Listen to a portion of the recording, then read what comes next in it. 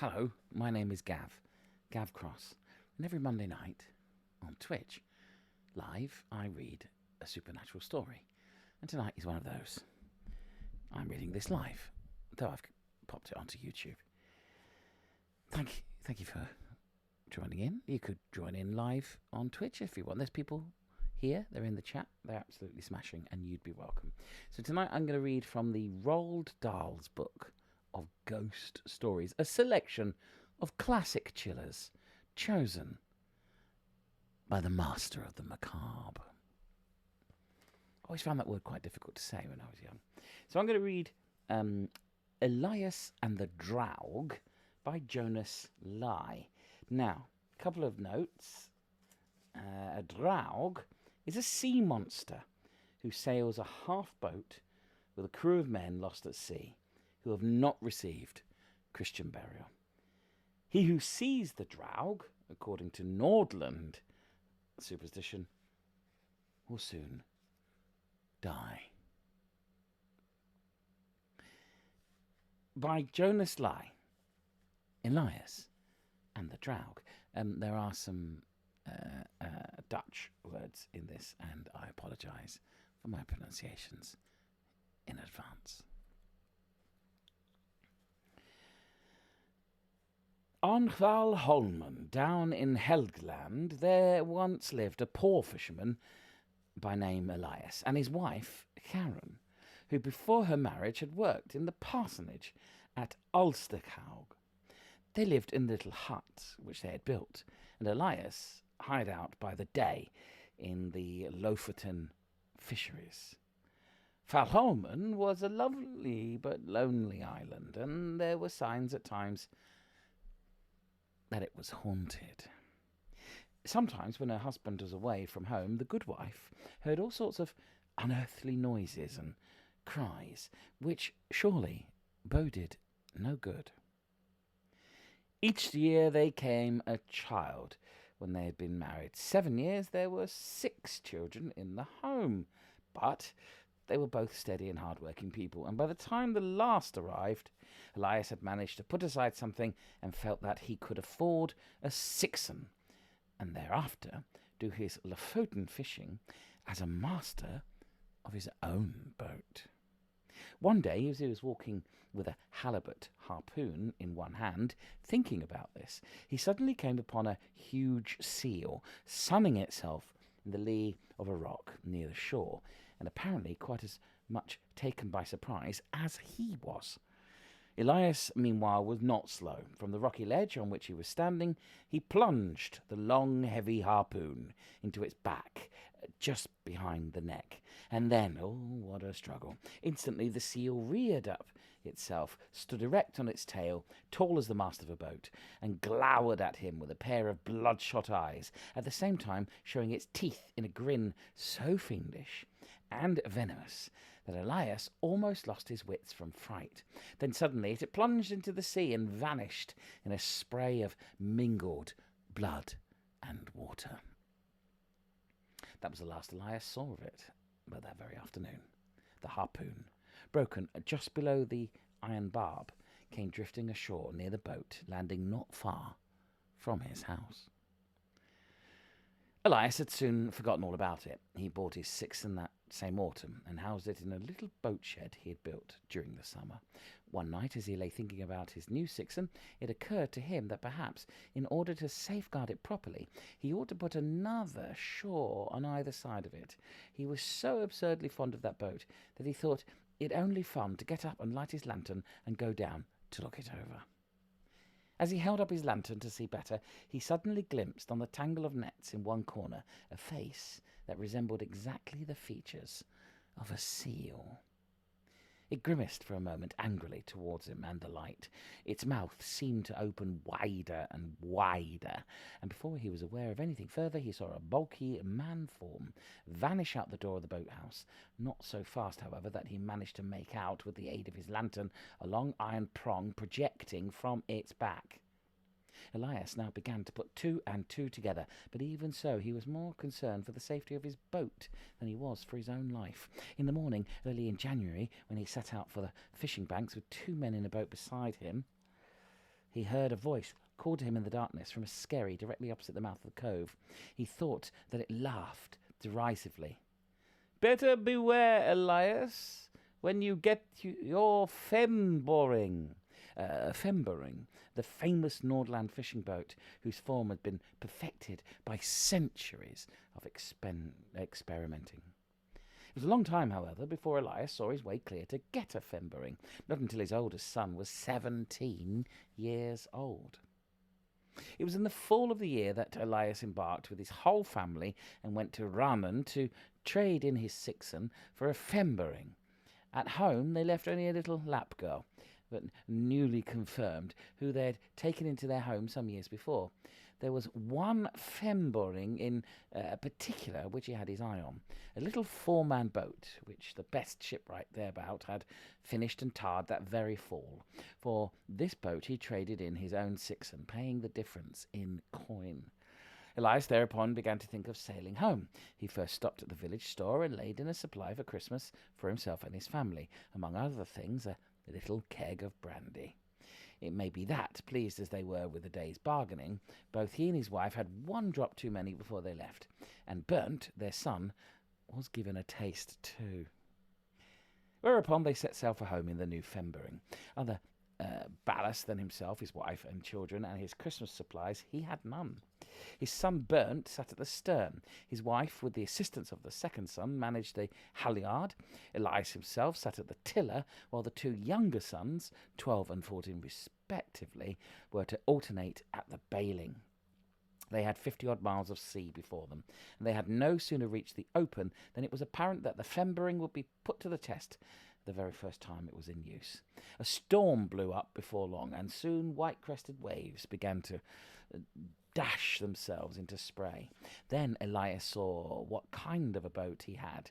It rode the waves like a seagull, without so much as taking in one single drop, and he was ready to swear that he would not even have to single reef, as many ordinary femboring would have been compelled to do in such weather. As the day drew on, he noticed not far away another femboring, completely manned, speeding along just as he was then, with 4 reefs in the sail. It seemed to follow the same course, and he thought it strange that he had not noticed it before. It seemed to want to race with him, and when Elias realized this, he could not resist letting out a reef again. So they raced along at a terrific speed, past headlands and islands and skerries.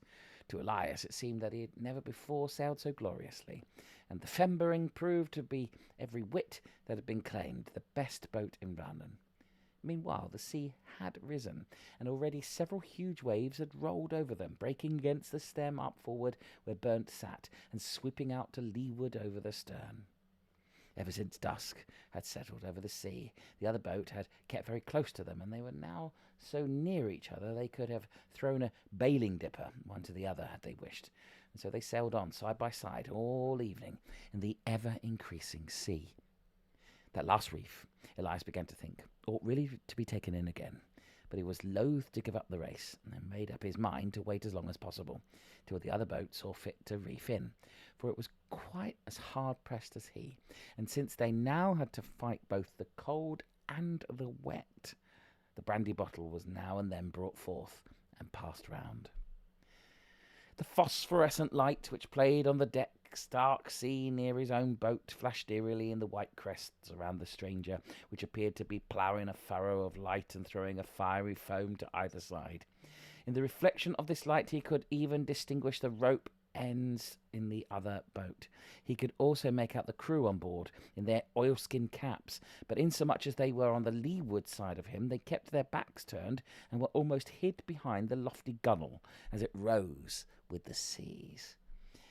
Of a sudden, a gigantic breaker, whose white crest Elias had for some time seen in the darkness, crashed against the prow of the boat where Bernd sat. For a moment the whole femboring seemed to come to a stop. The timbers creaked and jarred under the strain, and then the boat, which for half a second had balanced uncertainly, righted itself and sped forward, while the wave rolled out again to leeward. All the while this was happening, Elias thought he heard fiendish cries issuing from the other boat. But when it was over, his wife, who sat at the halyard, cried out in a voice that cut him to his very soul, My God, Elias! That sea!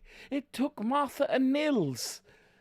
These were their two youngest children, the former 9, the latter 7 years old, who had been sitting forward close to Burnt. "Hold fast to the halyard, Karen, or you may lose more," was all that Elias answered. It was necessary now to take in the 4th reef, and Elias had no sooner done so than he thought it advisable to reef in the 5th, for the sea was steadily rising. On the other hand, if he hoped to sail his boat clear of the ever-mounting waves, he dared not lessen his sail more than was absolutely necessary. It turned out, however, to be difficult going, even with the sail thus diminished. The sea raged furiously and deluged them with spray after spray. Finally, Burnt and Anton, the next oldest, who had helped his mother at the halyard, had to take hold of the yardarm, something one resorts to only when a boat is hard-pressed, even with the last reef in this case, the 5th. The rival boat, which in the meantime had disappeared from sight, bobbed up alongside them again with exactly the same amount of sail that he was carrying.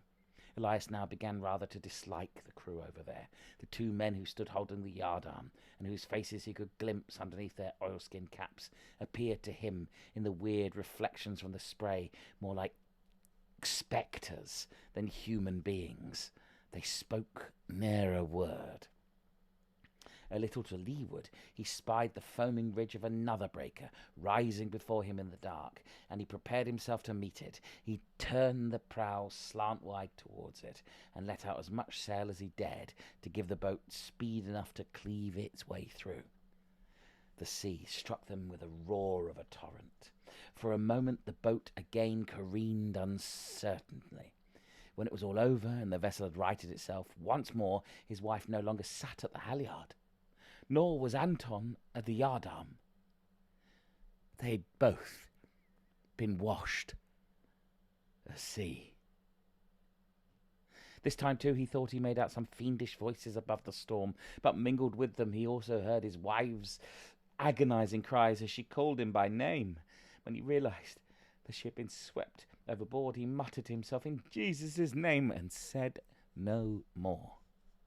He felt vaguely that he would have preferred to follow her, but he realized at the same time that it was up to him to save the other 3 he had on board, Burnt and the 2 younger sons, the one 12, the other 14, who for a while had been doing the bailing, but whom he had later placed in the stern behind him. Burnt was now left to manage the yardarm alone, and the 2, father and son, had to help each other as best they could. The tiller Elias did not dare let go. He held on to it with a hand of iron, long since numb from the strain.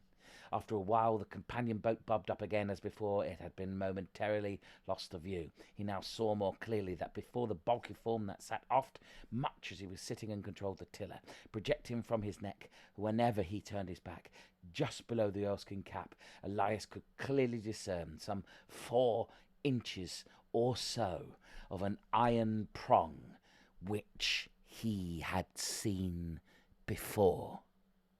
Or that he was convinced in this innermost soul of 2 things. One was that it was none other than the Draug himself, who sat steering his half-boat alongside his, and who had lured him on to destruction. And the other was that he was fated, no doubt, this night to sail the sea for the last time.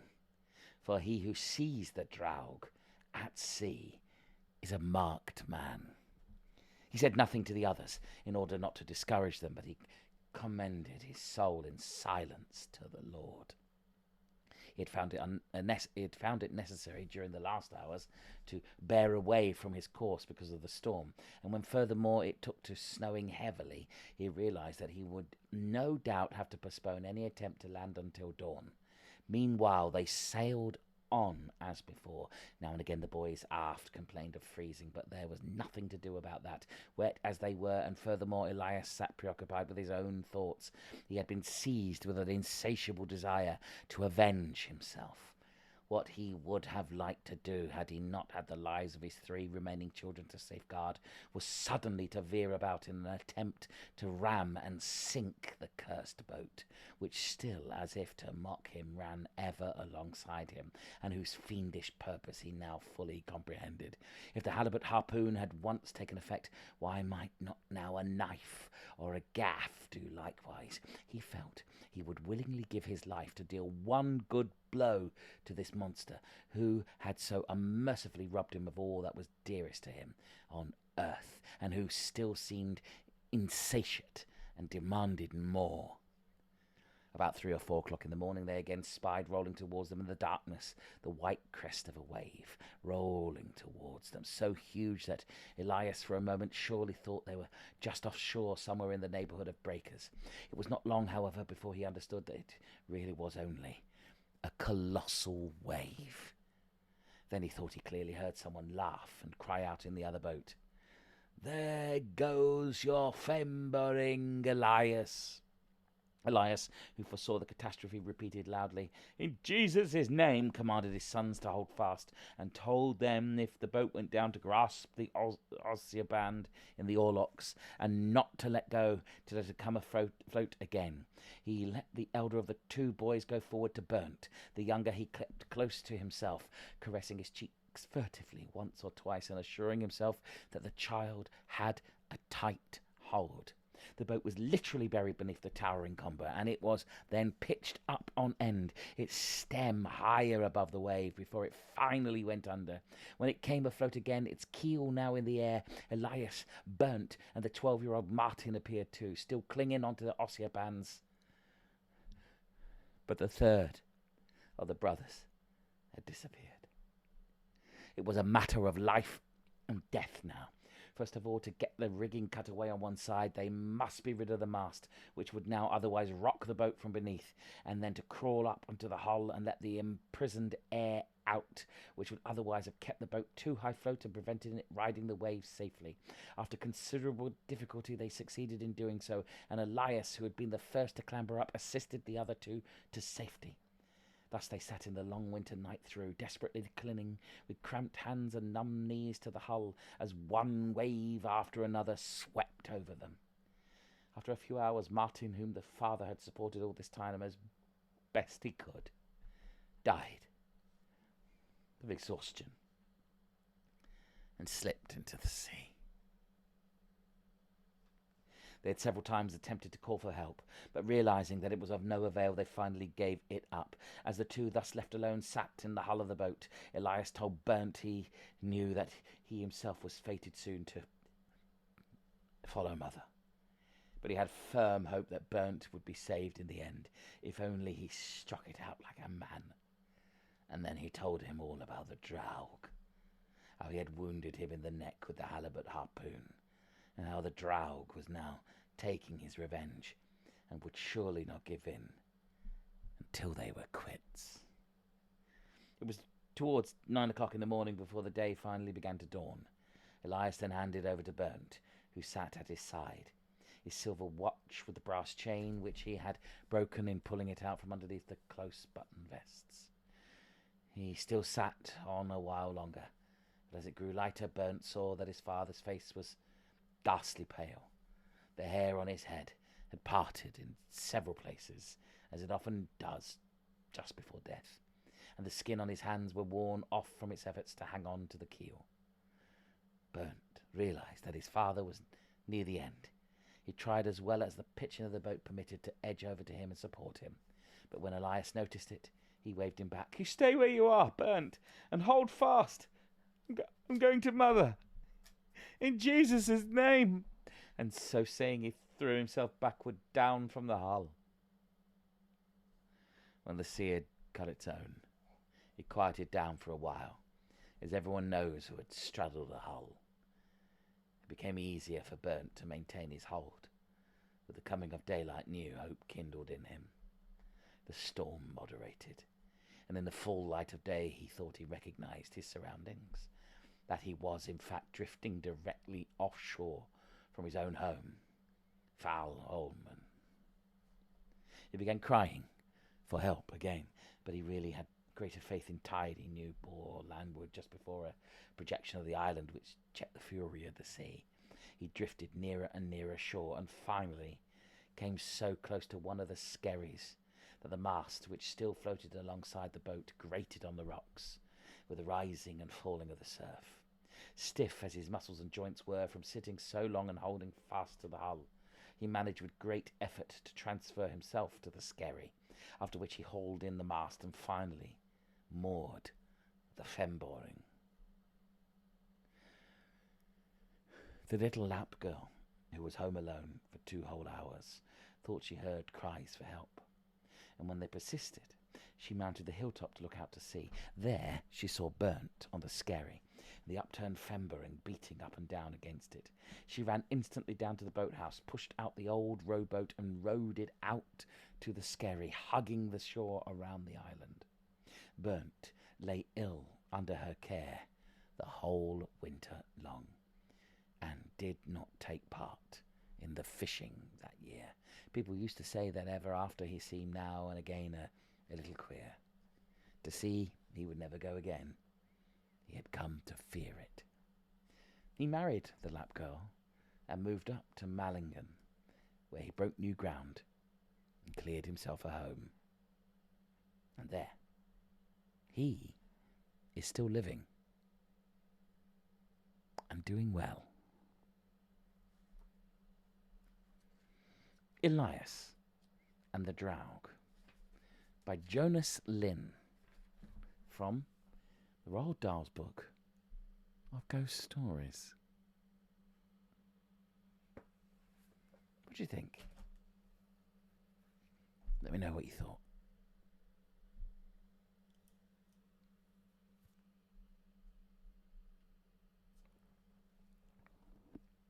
I've never heard of a Draug, have you? I think I've heard of the word.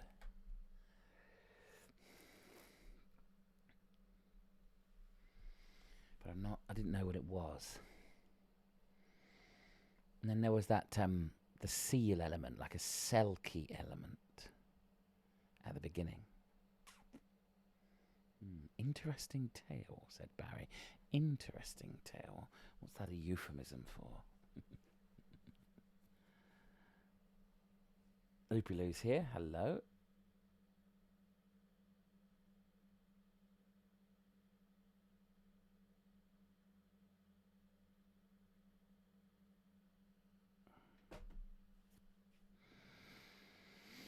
What do you think? Now, we will always have chat coming in. We will continue that conversation in the live Twitch. Thank you on YouTube for watching back. If you do, and if you did, give it a little like and a little subscribe. But other than that, I'll catch you again for another supernatural